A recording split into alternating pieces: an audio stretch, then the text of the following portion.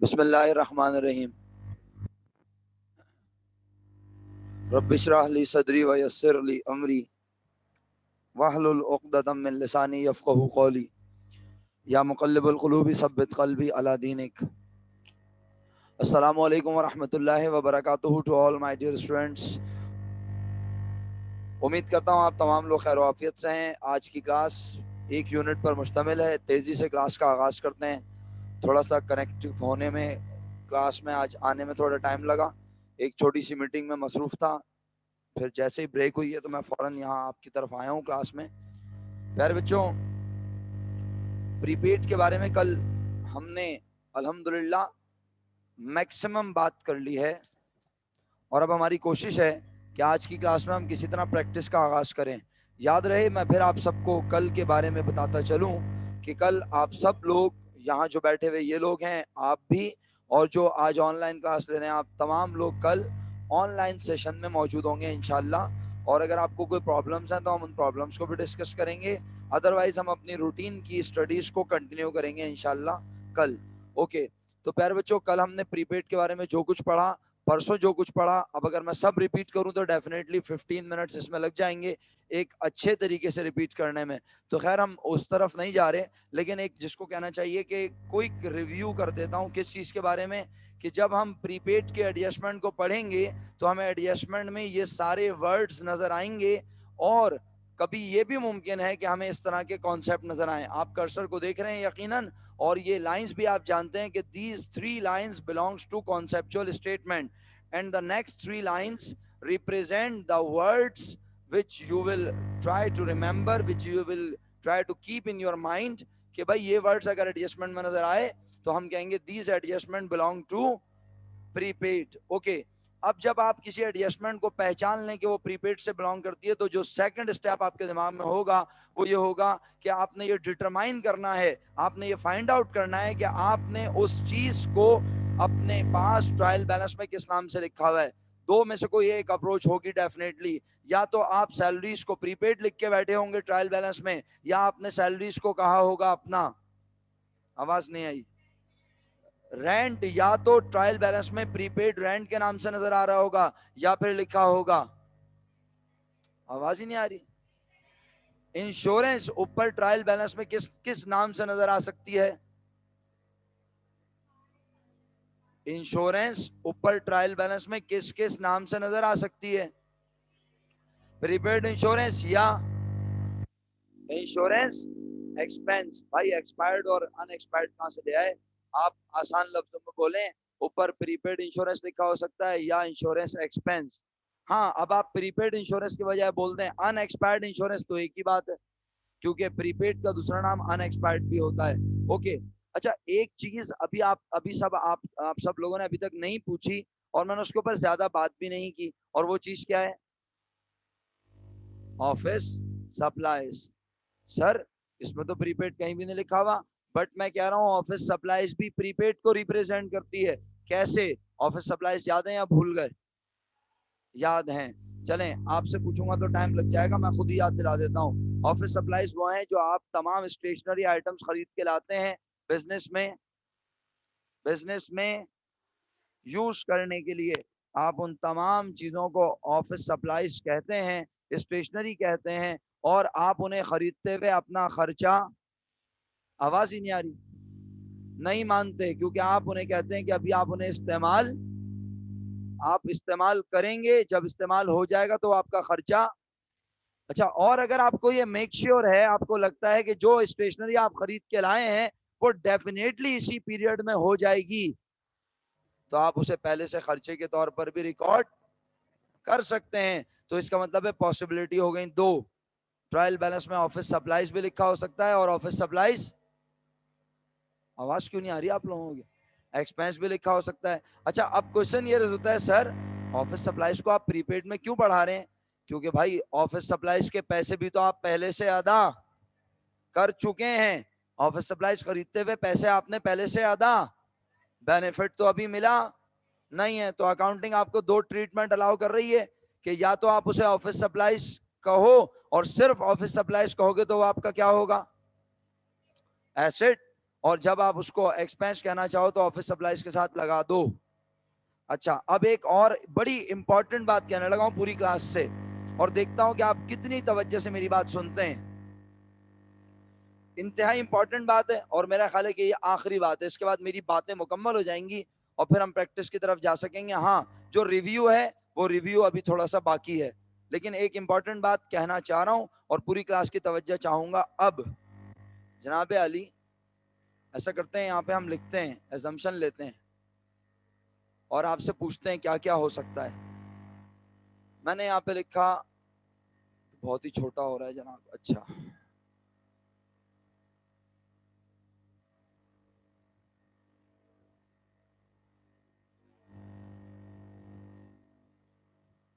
आप सब पार्टिसिपेट करेंगे तो बहुत अच्छा होगा, बेहतर होगा कि आप सब बोलें।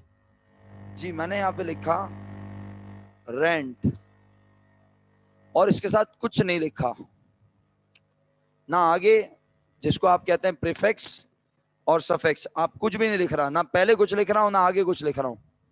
यानी आसान लफ्जों में रेंट के बाद क्या है नहीं पता, रेंट से पहले की नहीं क्या है नहीं पता।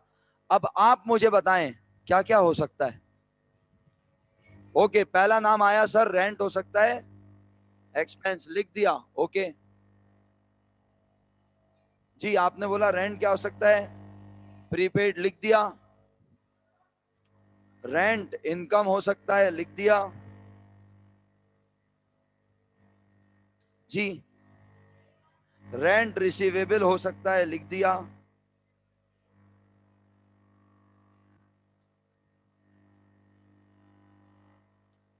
बस,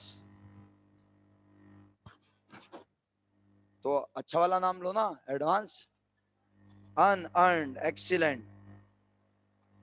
अच्छा, कुछ लोगों को तो इतना भी नहीं आता माजरत के साथ, और जिन्हें नहीं आता मैं उनके लिए कुछ भी नहीं कर सकता, यकीन करें, क्योंकि कभी कभी मैं भी थकता हूं। और आज मेरे सर में बहुत शदीद दर्द है, लेकिन आपके सामने मैं हाजिर हूं, क्योंकि मैं छुट्टी नहीं करता, ये बात मैं आपको बता चुका हूं। पूरी कोशिश होती है आखिरी हद तक कि मैं क्लास जरूर लूं, जाके पढ़ाऊं, जो मेरी ड्यूटी है वो मैं परफॉर्म करूं। अनअर्न्ड रेंट, मेरे प्यारे बच्चों, ये सारी पॉसिबिलिटी है। इसका मतलब है रेंट एक ऐसा नाम है कि अगर उससे पहले कुछ ना लिखा हो तो इतनी सारी पॉसिबिलिटी हो सकती हैं। तो अगर रेंट को बनाना है एसेट तो पहले लगाना पड़ेगा, अगर रेंट को बनाना है एक्सपेंस तो लाजमी लगाना पड़ेगा, अगर रेंट को बनाना है लाइबिलिटी तो लगाना पड़ेगा। इसी तरह रेंट को लाइबिलिटी दिखाना है तो अनअर्न्ड भी लगा के लाइबिलिटी दिखाया जा सकता है, और अगर रेंट हमारा एसेट है तो रेंट रिसीवेबल भी हो सकता है, और रेंट हमारी इनकम भी हो सकता है। इसका मतलब है खाली रेंट का वर्ड कुछ नहीं बताता, लेकिन रेंट से पहले या रेंट के बाद अगर कुछ लग जाए तो उस अकाउंट की नेचर नेचर चेंज हो जाती है। मेरे प्यारे बच्चों, इसका मतलब ये हुआ कि रेंट से पहले प्रीपेड लगाना जरूरी है।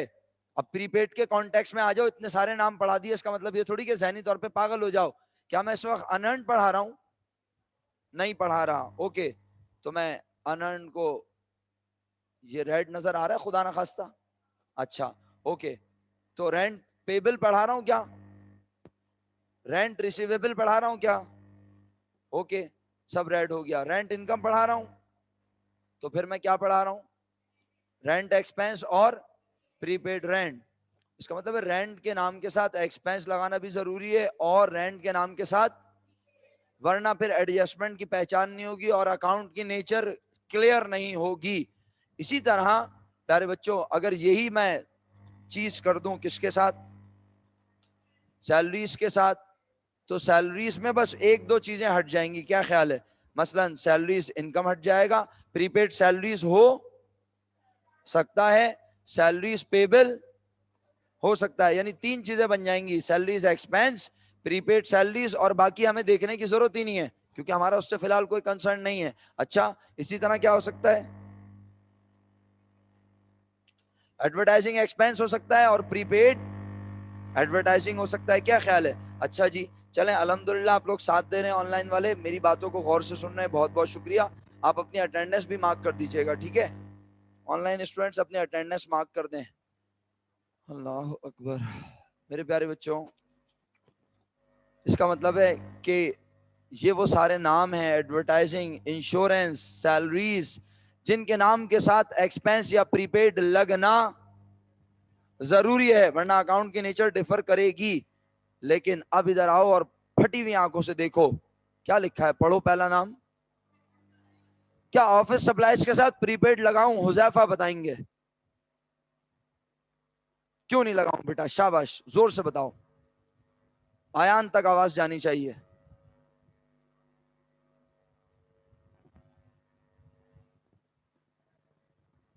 नहीं, आवाज नहीं आ रही, मुझे आवाज नहीं आ रही तो आयान को कैसे जाएगी? देखो, आपने ये तो करेक्ट बोला है कि ऑफिस सप्लाईज के नाम के साथ प्रीपेड नहीं लगाऊंगा, लेकिन क्यों मेरा बेटा? कोई वजह होगी ना, जो है दिमाग में बोल दो, परेशानी की क्या बात है? मैं आपको डांटूंगा थोड़ी। थोड़ा जोर से ऐसे गुस्से में बात करो, गुस्से में। हाँ, ऑफिस सप्लाईज हमारा। खुश रहो, इतना बेहतरीन जवाब दिया, इतना लिमिटेड, इतना समराइज सेंट्रल आइडिया बता दिया। अरे ऑफिस सप्लाईज ऑलरेडी हमारा एसेट है। क्यों शास भाई, सही फरमा रहे हैं? ऑफिस सप्लाईज ऑलरेडी हमारा एसेट है, मैं उसके साथ प्रीपेड लगाऊंगा तो क्या एसेट स्क्वायर बना रहा हूं खुदा ना खास्ता? अबे भाई, ऑफिस सप्लाईज ऑलरेडी मेरा एसेट है, उसके साथ प्रीपेड लगाना ऐसा लगेगा जैसे किसी ने नई नई अकाउंटिंग पढ़नी शुरू की है। तो इसका मतलब है ऑफिस सप्लाईज के साथ प्रीपेड लगाना बेवकूफी है। इसीलिए तो कहा प्रीपेड ही का मतलब है ऑफिस सप्लाईज। समझ में नहीं आ रहा होगा बेचारों को, ऐसी मुंह हो जाते हैं। चलो कोई बात नहीं। फिर सेल सप्लाईज क्या होती हैं? जो सेल के कामों में स्टेशनरी इस्तेमाल होती है, बिल वगैरह बनाने के लिए, और ऑर्डर जब रिक्वेस्ट आती है उसको रिसीव करने के लिए, यानी सेल के कामों में जो स्टेशनरी इस्तेमाल, उसे सेल सप्लाईज कहते हैं, और वो भी होती है हमारा। उसके नाम के साथ भी प्रीपेड लगाने की जरूरत, आसान लफ्जों में किसी भी सप्लाईज के साथ प्रीपेड लगाने की जरूरत, क्योंकि सप्लाईज की ऑलरेडी नेचर है। इसका मतलब है क्या सप्लाईज के साथ एक्सपेंस भी ना लगाऊं? क्योंकि सप्लाईज की नेचर एसिड है, और जब वो बन जाएगी हमारा तो लाजमी उसके नाम के साथ एक्सपेंस लगाना जरूरी होगा, पड़ेगा। वरना अगर सिर्फ सप्लाईज लिखा तो पढ़ने वाला समझेगा कि सप्लाईज तो हमारा। तो इसका मतलब है सप्लाईज जब एक्सपेंस बनेंगी तो सप्लाईज के साथ एक्सपेंस लगाएंगे, लेकिन अगर एक्सपेंस नहीं लिखा तो सप्लाईज है हमारा एसेट यानी प्रीपेड, और प्रीपेड लिखने की जरूरत नहीं है। भाई ऑनलाइन वाले बताएं, क्योंकि फिजिकल वाले तो बिल्कुल नॉर्मल नजर आ रहे हैं।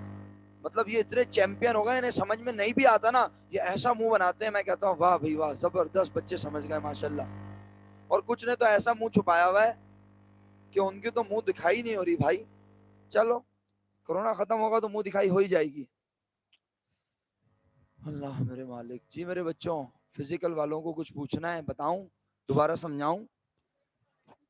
मैं कह रहा हूं बेटा मेरा बच्चा, देखो ऑफ, ये पहले पहले ये वाली बात समझ आई? तुम्हारा नाम है वजीहा। वजीहा मेरा बेटा, ये वाली बात समझ आई थी? अच्छा, अगर समझ आ गई तो मैं यहाँ पे लिखता हूँ, अब तुम्हारे लिए मैं स्पेशली लिखता हूँ यहाँ पे ऑफिस सप्लाईज, ठीक है? और मैं इसके आगे कुछ नहीं लिख रहा। बताओ, ऑफिस सप्लाईज हमारा ऑलरेडी क्या होती है मेरा बेटा? एसेट होती है। तो क्या मैं इसको ऐसे लिखूं? बताओ, अच्छा लगेगा? क्यों नहीं लगेगा? क्योंकि जिस चीज के नाम के साथ प्रीपेड लग जाए उसकी नेचर बन जाती है। और हाँ, नहीं, एक्सपेंस कहां बनती है? जिस चीज के नाम के साथ प्रीपेड लग जाए, अभी थोड़ी देर पहले ये देखो, जरा देखना क्या लिखा हुआ था ये मैंने और वापस आ गया, यहां पे मैं लिख देता हूं वापस रेंट, और खाली रेंट लिखा हुआ था, मैंने याद करो, जब खाली रेंट लिखा हो तो उसकी कोई नेचर, लेकिन जब रेंट के नाम के साथ क्या लग जाए, नेचर, एक्सपेंस, नहीं समझ आ रही? मुझे लगता है ये वाली बात आपको समझ नहीं आई, तभी मैं ये बात समझा रहा हूं। कोई कंफ्यूज नहीं हो आप, बिल्कुल इत्मीनान से देखें, मैं 10 बार समझाऊंगा, आप बिल्कुल कंफ्यूज ना हो, आप इत्मीनान से समझें। आपको समझ में नहीं आएगा, मैं रुका रहूंगा। मुझे बताएं, रेंट के नाम के साथ कुछ नहीं लिखा हुआ, कोई नेचर है? नहीं है। रेंट के नाम के साथ क्या लिखा हुआ है? नेचर भी हो गई। अब रेंट के नाम के साथ क्या है? नेचर हो गई, एसेट है। इस बात पे एग्री है? बस अब बाकी सबको छोड़ दें और सिर्फ इतनी बात देखें। अब यहां पे क्या लिखा है बोलें मेरा बेटा? ऑफिस सप्लाईज के नाम के साथ अब अगर मैं क्या लिख दूं, बोलो, तो ये क्या, इसकी नेचर भी क्या हो गई? लेकिन अगर सिर्फ लिखा हो क्या, तो इसकी नेचर ऑलरेडी होती है और अगर मैं इसको ऐसे लिखूं, अब पढ़ो ये क्या बना, तो इसकी तो नेचर पहले से ही थी और मैंने इसके नाम के साथ पहले क्या लगाया, तो क्या ये मैंने अच्छा काम किया, इसलिए कि ऑफिस सप्लाईज की ऑलरेडी नेचर है, तो मैं उसके नाम के साथ प्रीपेड लगाऊंगा तो पढ़ने वाले को हंसी आ सकती है कि अबे जो चीज ऑलरेडी होती है एसेट, उसके नाम के साथ प्रीपेड लगाने का मकसद क्या है, उसके नाम के साथ प्रीपेड लगाने की जरूरत, क्योंकि उसकी नेचर बाय डिफॉल्ट है एसेट। अभी भी कंफ्यूज हो? हाँ तुम बोलो।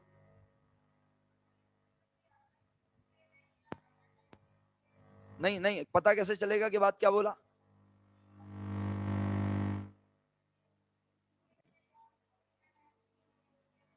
प्रीपेड है कि बात क्या बोल रहे हैं भाई? एट एट अ टाइम क्या किया है?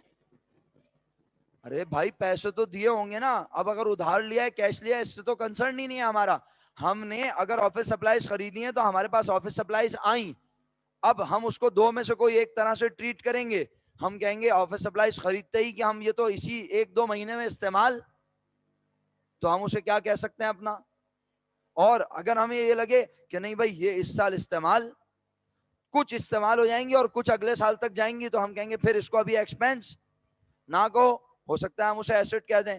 आप दोनों में से कुछ भी कहें, या तो आप उसे एक्सपेंस लिखें कब, खरीदते वक्त आप उसे एक्सपेंस लिखें, या उसे आप माने अपना एसेट।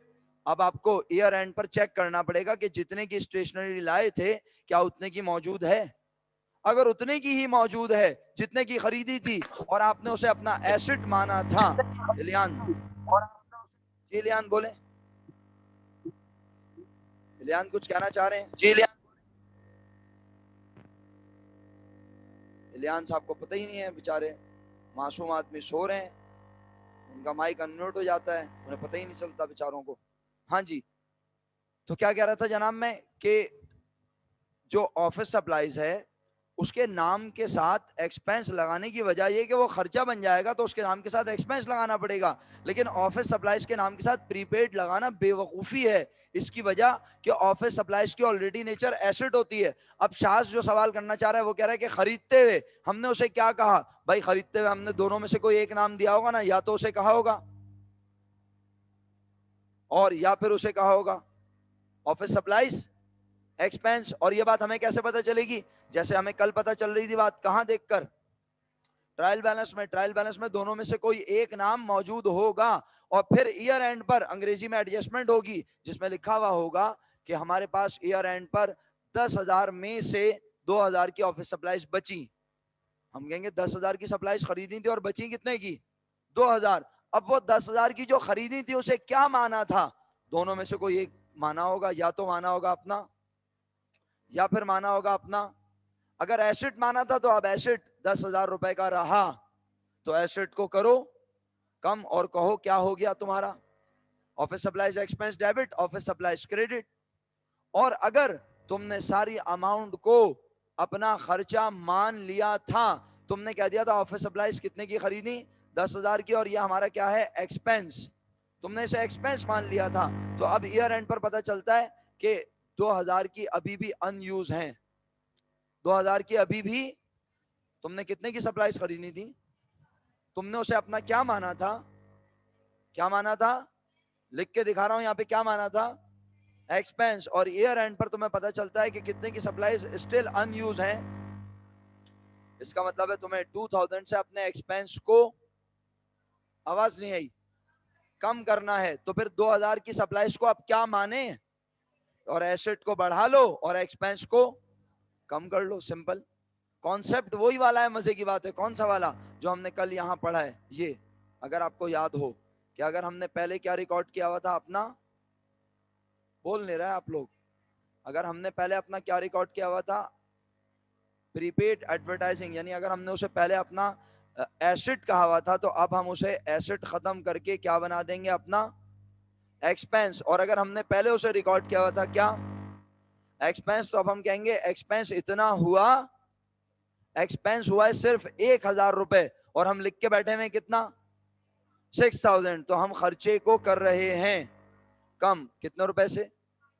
मेरा ख्याल है इतना रिव्यू इनफ है। रिव्यू भी हो गया और इंपॉर्टेंट बात भी मैंने बता दी। अब बोलने को तो हम बोलते रहेंगे, आप इस तरह पूछते रहेंगे, लेकिन मेरा जाती ख्याल है बीइंग अ टीचर कि अब आप प्रैक्टिस करेंगे तो ये चीज़ क्लियर होगी इंशाल्लाह आपको। तो प्रैक्टिस का आगाज करते हैं। आप सब लोगों से रिक्वेस्ट है जल्दी से अपने पास ये वाला क्वेश्चन सामने रखें।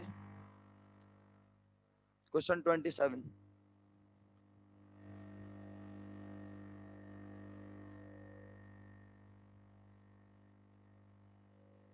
कहा नईम साहब आप कह रहे हैं प्रीपेड रिकॉर्ड करें और ईयर एंड पर बेनिफिट जीरो, इसका मतलब है प्रीपेड आपने इस्तेमाल नहीं किया तो प्रीपेड को एडजस्ट करने की जरूरत नहीं है, क्योंकि आप उसे ऑलरेडी अपना एसेट कह के बैठे हुए हैं और ईयर एंड पर आपने बेनिफिट कुछ भी नहीं लिया तो स्टिल वो प्रीपेड है, तो उसको कुछ करने की जरूरत नहीं है। और इस एग्जाम्पल को यूं भी बना लें, इसको यूं भी बना लें कि अगर आपने मिसाल के तौर पे 10,000 की सप्लाईज खरीदी, सुनिएगा पूरी क्लास पे सुन ले, अगर हम 10,000 की सप्लाईज खरीदें और उसे खरीदते हुए कहते हैं अपना खर्चा, क्या बोला मैंने आयन? 10,000 की क्या खरीदें? आवाज ही नहीं आ रही मुझे। और खरीदते हुए उसे क्या कहते हैं? अपना खर्चा। और ईयर एंड पर हमारे पास सप्लाईज बचे ही नहीं, तो एडजस्ट करने की एक्सीलेंट बेहतरीन। क्यों रोहान बताओ, क्यों जरूरत नहीं है एडजस्ट करने की? क्योंकि हम ऑलरेडी उसे अपना खर्चा कह चुके हैं और ईयर एंड पर हमें पता चल रहा है हमारे पास सप्लाईज वाकई नहीं बची, तो हम कहेंगे शुक्र है यार, चलो एडजस्टमेंट बनाने की जरूरत ही नहीं है। लेकिन अगर 500 की भी बच गई तो हम कहेंगे खर्चे को 500 से कम करना पड़ेगा, क्योंकि हमने तो खर्चा 10,000 रुपए रिकॉर्ड, तो खर्चे को कम करेंगे और एसेट कहेंगे 500 रुपए को। क्यों? क्योंकि वो 500 का बचा हुआ सामान अब हमें पहुंचाएगा। कब पहुंचाएगा? Next year. कोई प्रॉब्लम? समझ आ गई? प्रैक्टिस का आगाज करें। ओके प्यारे बच्चों, क्वेश्चन नंबर 27, एडजस्टमेंट पहचानो। एडजस्टमेंट नंबर 3 क्या लिखा हुआ है? अच्छा जरा मैं अपने पास थोड़ा सा फॉर्मेट ले आऊं। अरे हाँ ये है ना, हुआ हुआ है काम तो जबरदस्त। ये कौन सा ईयर है? 2011 है? ओहो अच्छा चलो एक काम करते हैं मैं आपको रफ अंदाज में काम करके दिखाऊं या फिर? हाँ चलें यहां से कर लेते हैं। ओके ये कौन सा क्वेश्चन है? क्वेश्चन 27 ठीक है, मैंने यहाँ पे लिख दिया क्वेश्चन, लेकिन यार इसका फॉर्मेट बिल्कुल भी अच्छा नहीं है, मुझे फॉर्मेट कॉपी करना पड़ेगा।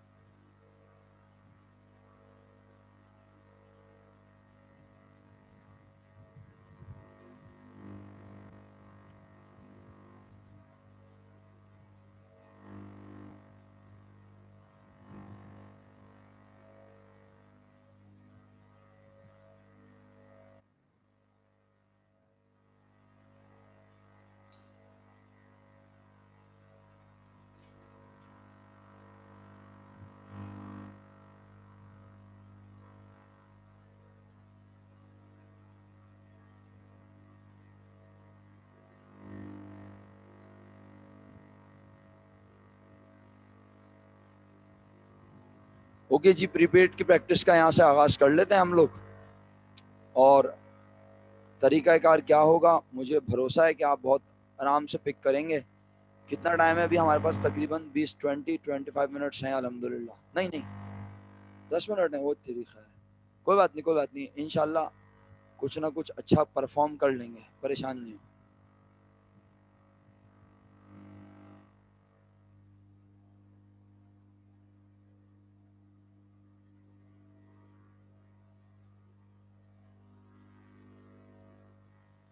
चलिए प्यारे बच्चों, question number 27, question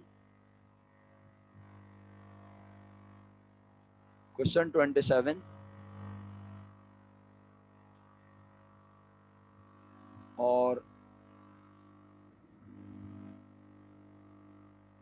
adjustment number 3 या 4, 3, इंश्योरेंस एक्सपायर्ड। अब कम से कम 2 से 3 एडजस्टमेंट में ना आपने भरपूर तरीके से सिर्फ समझना है और साथ देना है, दिमाग चलाने की कोशिश ज्यादा नहीं करनी, सिर्फ उतना दिमाग चलाना है जितना मैं आपसे सवाल करूं।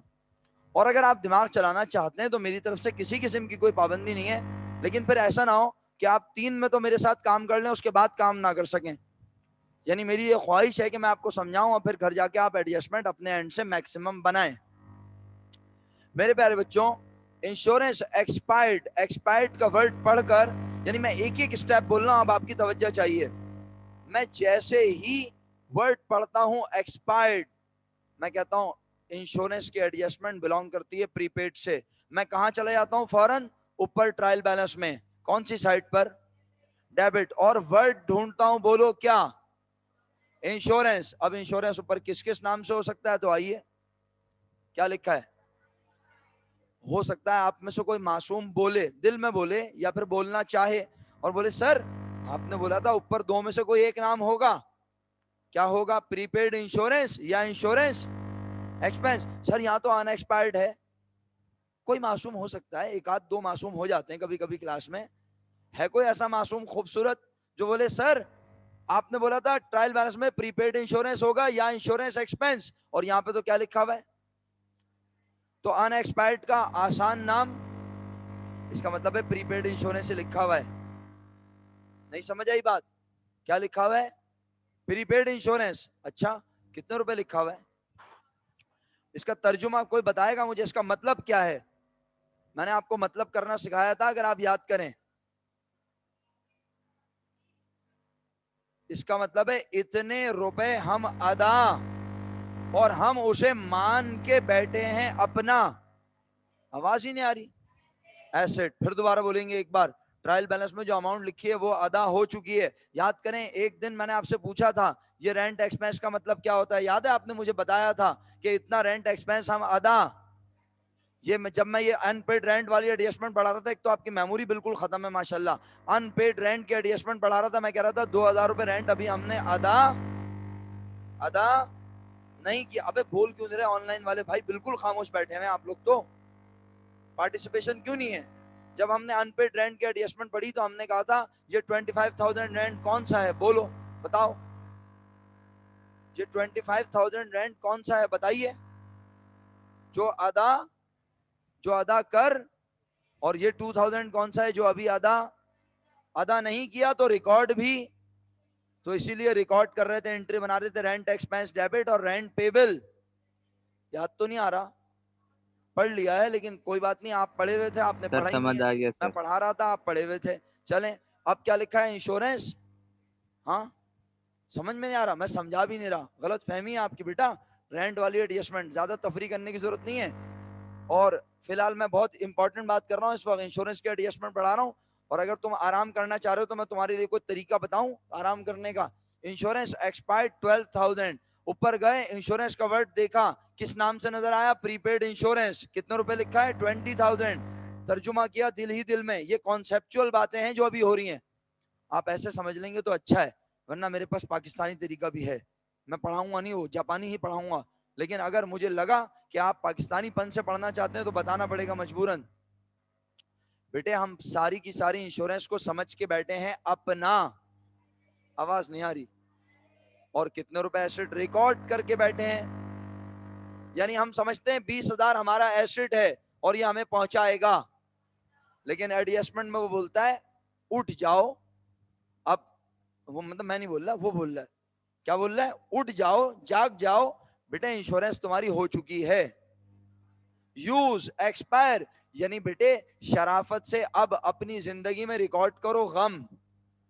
तुम लिख के बैठे हुए थे तुम्हें तुम्हारी इंश्योरेंस प्रीपेड है कितनी, और मुबारक हो उसमें से 12,000 बन गया है तुम्हारा, तो खर्चा रिकॉर्ड हुआ है? नहीं, अगर किसी को शक है तो जाके चेक कर ले, यहां नजर आ रहा है कोई इंश्योरेंस एक्सपेंस? किसी को आ रहा है तो अच्छी बात है, बता दे मुझे। किसी को भी नजर, इसका मतलब है मुझे खर्चा रिकॉर्ड करना पड़ेगा। कितना? 12,000। तो मैं क्या डेबिट में क्या लिखूं बोलो? इंश्योरेंस एक्सपेंस डेबिट और cash credit. Insurance payable credit नहीं, हमने इंश्योरेंस अभी तो अदा नहीं की है, हम तो इंश्योरेंस के पहले पैसे पहले ही अदा, और हमने उसको अदा करते हुए माना था अपना। क्या माना था? अपना। तो अब हम अपने एसेट की वैल्यू को करेंगे कम, और नहीं करेंगे कम तो फटेंगे बम। फिर आपकी मर्जी है, जो भी हो आप संभाल लीजिएगा। क्या करना है? अपने एसेट की वैल्यू को करना है कम। कितने से कम करूं? 20,000 से, 12,000 से। तो आप सब एंट्री बना चुके हैं अल्हम्दुलिल्लाह। क्या एंट्री बनाई? इंश्योरेंस एक्सपेंस डेबिट,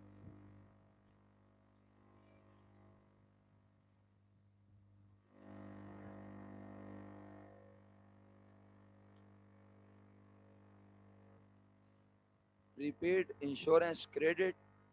यार क्या ये फॉर्मेटिंग कैसी है?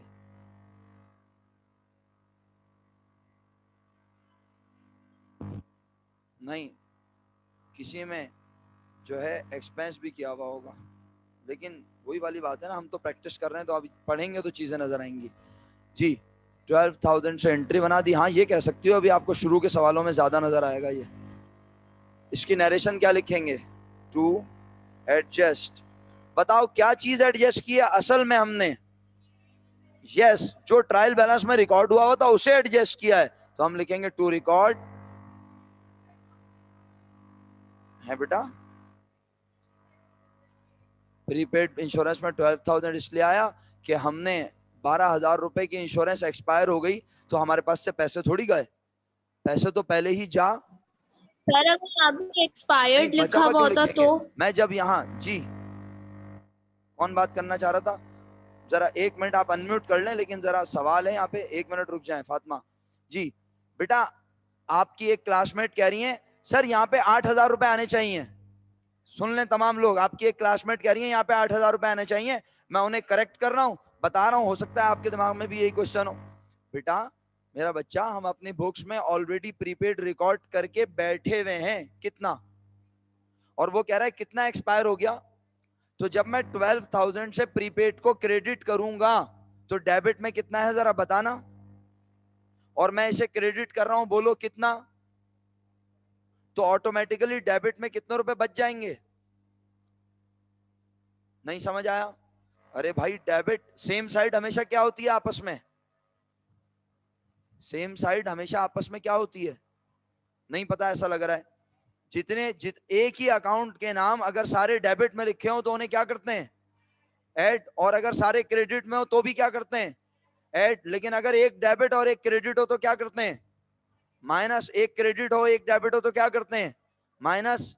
नहीं समझ में आ रही बात? सेम साइड हमेशा, एक ही अकाउंट की सेम साइड हमेशा ऐड होती हैं, और एक ही अकाउंट की अपोजिट साइड हमेशा सब्ट्रैक्ट होती हैं। तो भाई यहां पर अगर आप गौर से देखें तो ऊपर आपके पास प्रीपेड इंश्योरेंस 20,000 था, जब आप उसे 12,000 से क्रेडिट करेंगी, क्योंकि आपकी प्रीपेड इंश्योरेंस कम हुई ना, क्रेडिट 8,000 से थोड़ी करूंगा, क्रेडिट 12,000 से क्यों कर रहा हूं? यही सवाल है ना, क्योंकि 12,000 से मेरी इंश्योरेंस क्या बन गई है? मेरा क्या बन गई? मेरा खर्चा। तो खर्चा बढ़ा तो क्या मेरे पास से पैसे गए? नहीं। क्या मैंने किसी से प्रॉमिस किया? नहीं। वो जो मैं अपने पास बुक्स में लिख के बैठा हुआ था अपना एसेट, अब एसेट को करूंगा तो कितने से कम करूं? 8,000 से। जब मैं 12,000 से कम करूंगा तो ऑटोमेटिकली डेबिट में रह जाएंगे, बोलो कितने? तो बस वो खुद ब खुद रह जाएंगे। मुझे 8,000 रिकॉर्ड नहीं करना, मुझे 12,000 रिकॉर्ड करना है। जब मैं 12,000 रिकॉर्ड करूंगा तो ऑटोमेटिकली यहाँ पे 8,000 रह जाएगा। और मुझे अभी रह जाने वाले से कोई गर्ज, मुझे तो इस अकाउंट को एडजस्ट करना है। तो कितना एडजस्ट करूं? 12,000, क्योंकि 12,000 बन चुका है मेरा। बोल ही नहीं रहे। तो इसीलिए 12,000 से खर्चा भी रिकॉर्ड किया और 12,000 से अपने एसेट को कम किया है। मेरा ख्याल है बहुत मुश्किल हो गया आपके लिए शायद, है ना? मुजफ्फर तुम्हारे लिए तो हर चीज ही मुश्किल होती है बेटा, तुम खुद एक मुश्किल हो गए मुझे लग रहा है। कोई बात नहीं, बताएं किसको और प्रॉब्लम है? नूरुलैन के अलावा। सर मैं पूछूं? जी पूछ लीजिए, जल्दी से, 3 मिनट है, फटाफट। सर मुझे एक समझ नहीं आ रही बात कि जैसे कि क्वेश्चन है, इसमें अगर मैं इसको एक्सपेंस अप्रोच से लेती तो फिर मैं 20,000 लेती इसमें। नहीं, आप ये कंडीशन ना लगाएं, मेरा मशवरा है आपको सिंसियर। क्या ख्याल है? अभी हम कंडीशन लगाने के काबिल नहीं है, क्या कहती हो? अगर थोड़ी देर के लिए, यानी थोड़ी देर से मुराद ये कि कल तक के लिए अगर तुम रुक जाओ तो मैं तुम्हें मजीद प्रैक्टिस करवा के तुम जितनी कंडीशन लगाओगी मैं तुमके साथ, सबके साथ डिस्कस करूंगा। लेकिन अभी मेरा मशवरा सर ये ये है, समझ नहीं आ रहा इसमें एक्सेस अप्रोच से क्यों लिया है? इसलिए कि हमने अपने ट्रायल बैलेंस में उसे किस नाम से रिकॉर्ड किया हुआ है, बोलो। अक्सर इधर देखो, ट्रायल बैलेंस में इंश्योरेंस को किस नाम से लिखा हुआ है? अनएक्सपायर्ड का आसान नाम, यानी हमने अपने पास उसे प्रीपेड के तौर पे रिकॉर्ड किया हुआ है, जबकि ईयर एंड पर वो कह रहा है प्रीपेड, अब प्रीपेड रहा, क्या बन गया हमारा? तो भाई मैंने एडजस्टमेंट जो बनाई वो इसी अप्रोच के तहत बनाई ना, कि मैंने ऊपर ऑलरेडी रिकॉर्ड किया हुआ था अपना एसेट, और फिर ईयर एंड पर मैंने रिकॉर्ड किया अपना।